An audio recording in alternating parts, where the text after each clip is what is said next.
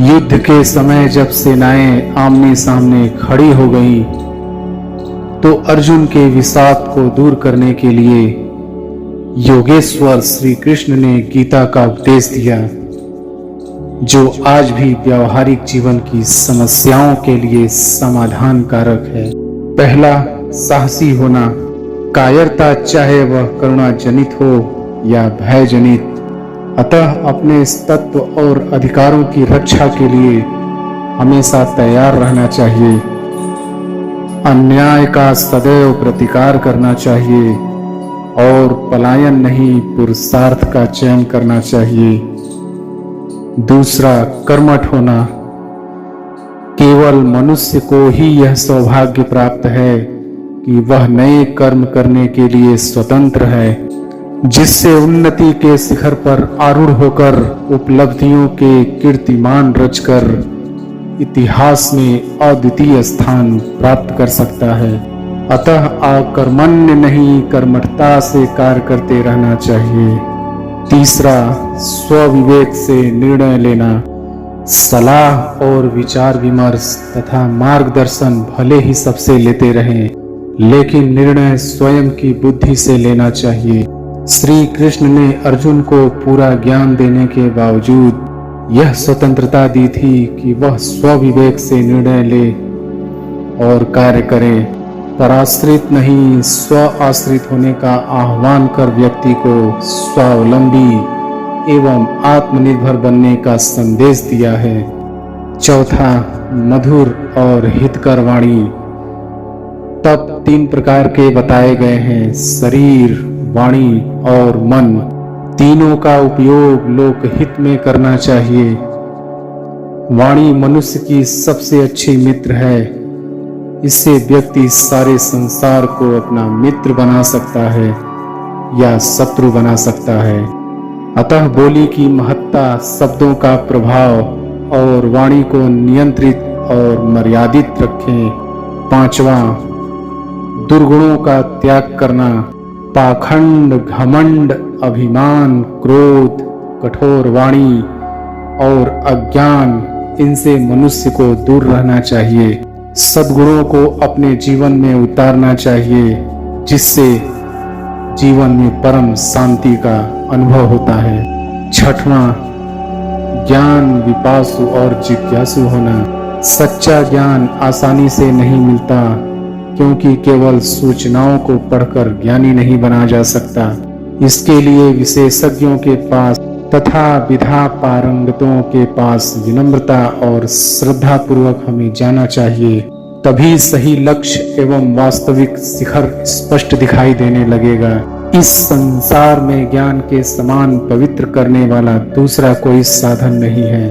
ज्ञान के प्रति जिज्ञासा होगी तभी ज्ञान प्राप्त होगा, क्योंकि शांति साधनों से नहीं ज्ञान से प्राप्त होती है। सातवां, व्यावहारिक ज्ञान में कुशल। मनुष्य को व्यवहार करते समय बहुत सावधानी रखना चाहिए, क्योंकि जैसा व्यवहार करोगे वैसा ही तुम्हारे साथ भी होगा। आठवां, निर्भय होना। निर्भीक होकर कर्म करने से असफलता भी कीर्ति, यश और मान दिलाती है।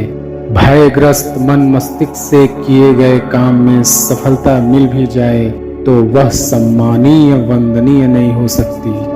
9वां, व्यक्तित्व का विकास। आदर्श व्यक्तित्व वाला व्यक्ति विपरीत परिस्थितियों में विचलित नहीं होता। राग, भय, क्रोध जब समाप्त हो जाते हैं तो व्यक्ति स्थिर बुद्धि वाला हो जाता है तथा वह संकट और संतापों से प्रतिकूलता और अनुकूलता में संतुलन बनाए रखेगा। 10वां, स्वयं के प्रति उत्तरदायी। अपने उत्कर्ष एवं अपकर्ष के लिए मनुष्य स्वयं उत्तरदायी होता है। दूसरे का अहित किए बिना स्वयं का उद्धार अपने प्रयत्न और बुद्धि बल से करना चाहिए, क्योंकि मनुष्य आप ही अपना मित्र और आप ही अपना शत्रु है। 11वां, वफादारी से कार्य करना। यह एक व्यावहारिक सत्य है जो व्यक्ति अपने स्वामी की कृपा का चिंतन करते हुए पूरी ईमानदारी और निष्ठा से काम करता है, उसे स्वामी का पूर्ण संरक्षण मिलता है और स्वामी सदैव उसकी सुख सुविधा का ध्यान रखता है। नंबर 12, एकाग्र चित्त कार्य करना। किसी भी संकल्प को पूरा करने के लिए मन का स्थिर और अचल होना आवश्यक है। उद्देश्य प्राप्ति के लिए हमें निरंतर प्रयासरत रहना चाहिए।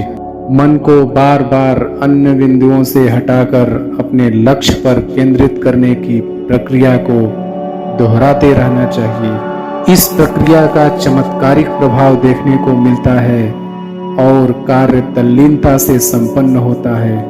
इसलिए लक्ष्य के प्रति रुचि जागरूक करना चाहिए।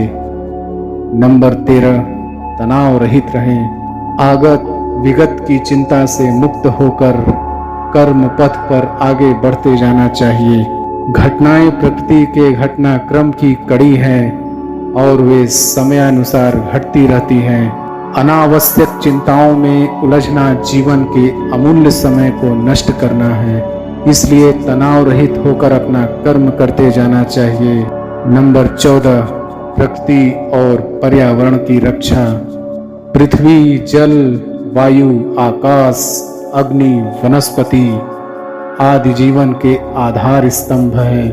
इनके बिना जीवन संभव नहीं और हमारी संस्कृति में इन्हें देवता माना गया है। सृष्टि में साम्य बनाए रखने के लिए जीवन, जगत एवं प्रकृति में साम्य जरूरी है। इसलिए प्रकृति का सम्मान करो और पर्यावरण को प्रदूषण से मुक्त करो। नंबर 15, स्वकर्म को प्राथमिकता। दूसरे का कर्म यदि अपने कर्म से श्रेष्ठ भी प्रतीत हो तो भी अपना कर्म त्याग कर उसे अपनाने के लिए आतुर नहीं होना चाहिए। अपने कर्म में प्रवीणता हासिल करके उसी में अपनी पहचान बनानी चाहिए। स्वकर्म को करते हुए ही सिद्धि प्राप्त की जा सकती है। नंबर 16, संचय वृत्ति का त्याग। जीवन में परोपकार और समाज कल्याण का व्रत भी लेना चाहिए, क्योंकि मनुष्य जो भी अर्जित करता है उसमें समाज का योगदान होता है। इसलिए समाज का भी उस पर अधिकार है। इसलिए उसका कुछ अंश समाज सेवा में भी लगाया जाना चाहिए। यह एक आदर्श समाजवाद का उदाहरण प्रस्तुत करता है। नंबर 17, राग द्वेष रहित जीवन। किसी भी प्राणी से राग द्वेष न रखें, बैर भाव रहित होकर रहो, सभी प्राणियों का कल्याण करो। ये तीनों सूत्र 3 महामंत्र हैं जिनके आचरण करने से व्यक्ति और समाज शांत और सुखी रहेगा। क्योंकि बैर भाव, राग द्वेष सारे झगड़े फसाद की जड़ है। नंबर 18, कठोर प्रभावी नीति से प्रतिद्वंदता का सामना। 2 प्रकार के व्यक्ति होते हैं, सज्जन और दुर्जन। जब तक सज्जन जागरूक और सक्रिय होते हैं तब दुष्ट अपनी दुष्ट प्रवृत्तियों से समाज को त्रस्त नहीं कर पाते। लेकिन सज्जनों की थोड़ी सी निष्क्रियता और उदासीनता दुष्टों का प्रभाव बढ़ाने लगती है। फिर सज्जन बचाव का मार्ग अपनाने लगते हैं और हताश और निराश होकर सद्कार्यों को छोड़ समाज को दुष्टों के भरोसे छोड़ देते हैं। दुष्टों पर नियंत्रण रखने और अपना कार्य जारी रखने के लिए कठोर और प्रभावी नीति अपनानी चाहिए। नंबर 19, स्वस्थ तन स्वस्थ मन। जीवन में प्रगति के लिए मन मस्तिष्क के साथ साथ तन का स्वस्थ रहना भी जरूरी है। कोई भी कार्य शरीर के द्वारा किया जाता है। यदि शरीर अस्वस्थ है तो वह कभी भी कोई कार्य नहीं कर पाएगा। अतः शरीर साधना बेहद जरूरी है। नंबर 20, कर्म और लोक कल्याण में समन्वय। जीवन में यदि सफलता चाहते हैं तो कर्म और लोक कल्याण में समन्वय जरूरी है, तभी जीवन का समग्र विकास हो पाएगा। दोनों में से यदि कोई एक ही कार्य करते रहें, या तो लोक कल्याण या कर्म, तो दोनों ही स्थितियां कभी भी आदर्श नहीं मानी जाती। इसलिए इनमें सामंजस्य होना जरूरी है। नंबर 21, चारित्रिक बल से आदर्श नेतृत्व। कोई भी राष्ट्र केवल आर्थिक, वैज्ञानिक एवं तकनीकी प्रगति से उन्नत नहीं हो जाता जब तक कि वह आध्यात्मिक एवं नैतिक रूप से सबल नहीं हो, उसकी प्रगति अधूरी है। वर्तमान में भारत के पास सब कुछ है, परंतु धीरे धीरे नैतिक और चारित्रिक बल की कमी हमें महसूस होने लगी है। अतः चरित्रवान बनकर आदर्श नेतृत्व प्रदान करना होगा, क्योंकि जो श्रेष्ठ पुरुष आचरण करते हैं लोग भी उनका अनुसरण करते हैं। अपने आचरण से ऐसे मूल्य स्थापित करने चाहिए जिनसे अन्य लोग प्रेरणा ले सके। मुश्किल नहीं है कुछ दुनिया में, तू जरा हिम्मत तो कर, ख्वाब बदलेंगे हकीकत में, तू जरा कोशिश तो कर। हिम्मत मत खोना, अभी बहुत आगे जाना है। जिन्होंने कहा था तेरे बस का नहीं, उनको भी करके दिखाना है। इंसान असफल तब नहीं होता जब वह हार जाता है, बल्कि असफल तब होता है जब वो ये सोच लेता है कि अब वो जीत नहीं सकता। काम करो ऐसा कि एक पहचान बन जाए, हर कदम ऐसा चलो कि निशान बन जाए। यहाँ जिंदगी तो हर कोई काट लेता है, जिंदगी जियो इस कदर की मिसाल बन जाए। ये जिंदगी हंसी है, इसे प्यार करो, अभी है रात तो सुबह का इंतज़ार करो। वो पल भी आएगा जिसकी ख्वाहिश है आपको, रब पर रखो भरोसा, वक्त पर एतबार करो। लक्ष्य को पाने के लिए यदि हम तन मन और धन लगा देते हैं, सच कहता हूँ दोस्तों, कुंडली के सितारे भी अपनी जगह बदल देते हैं। वक्त से लड़कर जो नसीब बदल दे, इंसान वही जो अपनी तकदीर बदल दे। कल क्या होगा कभी मत सोचो, क्या पता कल वक्त खुद अपनी तस्वीर बदल ले। हवाओं के भरोसे मत उड़, चट्टानें तूफानों का भी रुख मोड़ देती हैं। अपने पंखों पर भरोसा रख, हवाओं के भरोसे तो पतंगे उड़ा करती हैं। बेहतर से बेहतर की तलाश करो, मिल जाए नदी तो समंदर की तलाश करो।